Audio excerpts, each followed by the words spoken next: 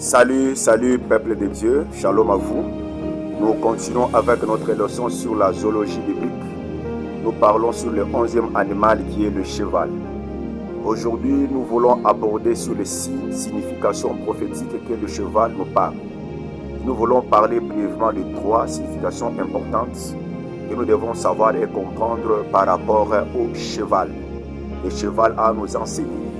Si c'est votre première fois de tomber sur notre vidéo, nous vous demandons de vous abonner afin de suivre toutes les leçons que l'école a déjà disposées pour vous. Que Dieu vous bénisse abondamment. Alors nous parlons du cheval.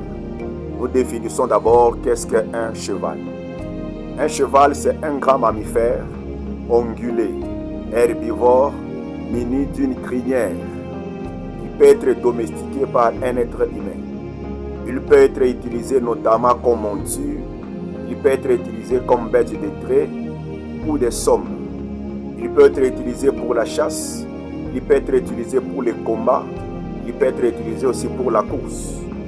Donc, il est un animal grand. Il est un animal fort. Il est un animal résistant. Il est sans crainte dans la bataille. Il est très rapide dans le déplacement ou dans les courses. Dans les siècles passés, il jouait un rôle très important au sein de la société et dans la vie de l'homme. Un rôle qui est très réduit aujourd'hui vu l'évolution de la technologie. Donc aujourd'hui, le cheval n'est pas très utilisé parce que la technologie est avancée. Alors, le cheval peut nous enseigner 6 choses prophétiquement. Donc prophétiquement, le cheval peut nous enseigner 6 choses. Et nous parlons de la première. Le cheval peut nous enseigner la guerre, le combat ou bien le bataille. La bataille. Lorsque nous lisons dans Proverbe 21, verset 31, la Bible dit « Le cheval est équipé au jour de la bataille, mais la délivrance appartient à notre Dieu. » Prenons aussi Deutéronome chapitre 20, verset 1, Jérémie 8, verset 6, Zacharie 10, verset 3, Apocalypse 19, verset 11 à 21. Ceux qui ont déjà reçu les livres, ils peuvent déjà voir cela est écrit dans leurs livres. Donc, tous ces versets placés si haut nous montrent que le cheval est un animal utilisé très souvent pour la guerre, pour les combats et pour la bataille. Rentrons un peu dans les temps anciens. Nous allons bien noter la véracité de ces faits. Nous, dans nos combats, dans nos batailles et dans nos guerres spirituelles, nous avons notre cheval véritable qui a été préparé pour la guerre depuis l'éternité. Ce cheval, c'est notre Seigneur Jésus-Christ.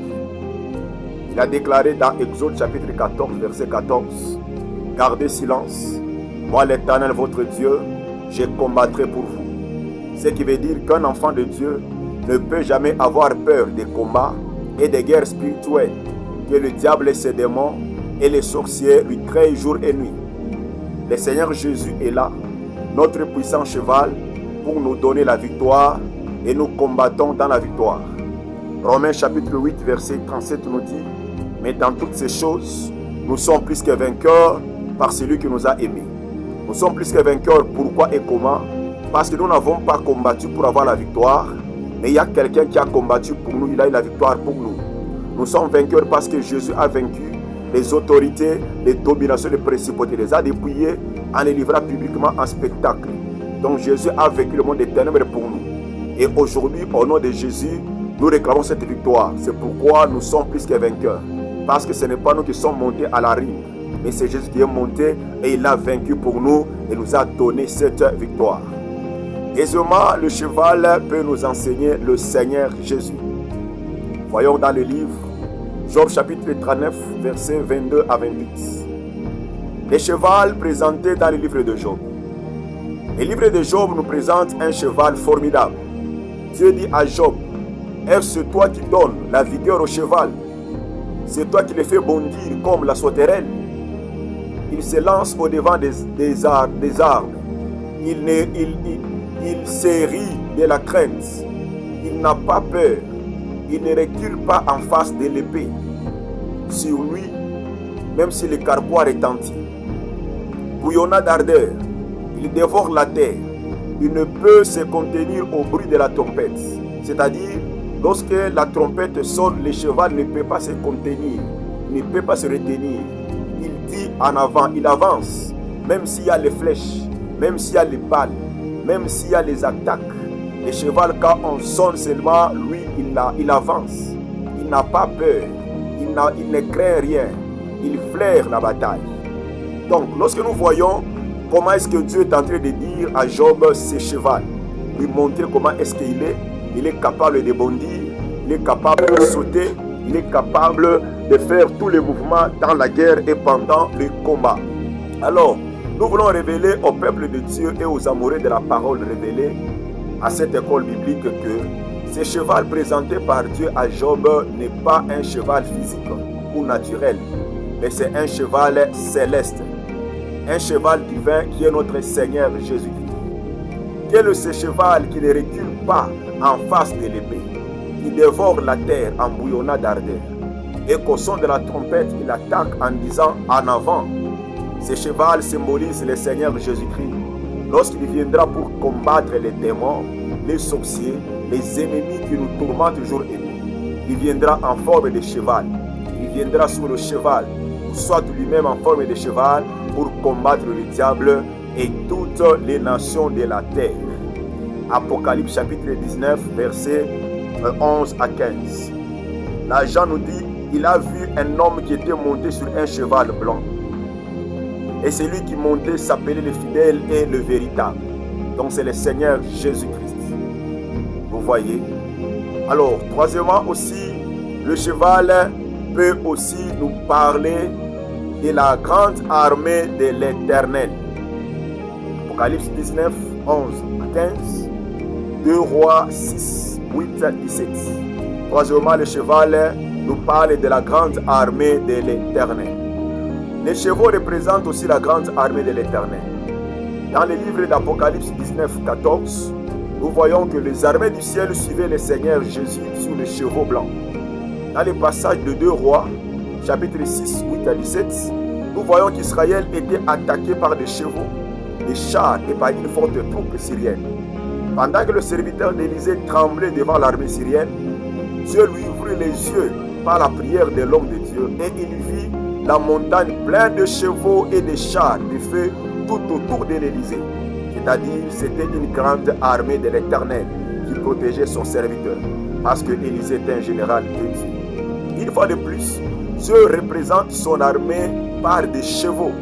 Nous comprenons encore qu'un enfant de Dieu ne peut pas entrer en panique devant les armées du diable, devant les problèmes, devant les attaques diaboliques ou démoniaques, comme ses serviteurs. Donc nous devons garder la pensée positive, sachant que les armées du ciel sont avec nous, les chevaux véritables, n'est-ce pas? Le prophète Élie montait au ciel au milieu des chevaux. 2 Rois 2, 11. Le bruit des chevaux, les 4 lépreux. Quand nous voyons lorsque Samarie était barricadée par la Syrie, il y avait de la famine, les gens se mangeaient entre eux. Mais il y avait 4 lépreux qui étaient dehors. Ils se sont dit entre eux, si nous restons ici, nous allons mourir. Si nous allons vers les Syriens, nous allons mourir. Mais quand même, allons seulement. Lorsque les 4 lépreux ont pris la décision d'aller se jeter en Syrie, le Seigneur avait fait entendre dans les camps de Syrie un bruit de chars, un bruit de chevaux, le bruit d'une grande armée. C'est-à-dire, pendant qu'ils venaient, pendant qu'ils marchaient, le bruit de leurs pieds, le bruit de leurs sandales usées se faisait entendre dans les camps des Syriens comme étant une grande armée qui venait avec du bruit. Donc nous venons de dire que le chevaux et le cheval représentent la grande armée de l'Éternel. Les Syriens et leur armée ont pris la poudre de l'escampette en abandonnant leurs chevaux. C'est-à-dire qu'ici, il y a eu 2 groupes de chevaux. Les chevaux spirituels qui forment la grande armée de l'Éternel accompagnant les 4 lépreux et les chevaux des Syriens. Vous voyez, les camps du diable étaient mis en déroute. Dieu en forme de chevaux veut seulement dire qu'il combat pour nous. Il combat pour nous contre les chevaux du diable, pour nous donner de la victoire. Et si Dieu avait ouvert les yeux du serviteur, du prophète Élisée, c'était pour qu'il voie et qu'il sache qu'il y a des chevaux préparés pour la guerre autour des enfants de Dieu, tous les jours. et toutes les attaques de l'ennemi sont nulles et sans effet.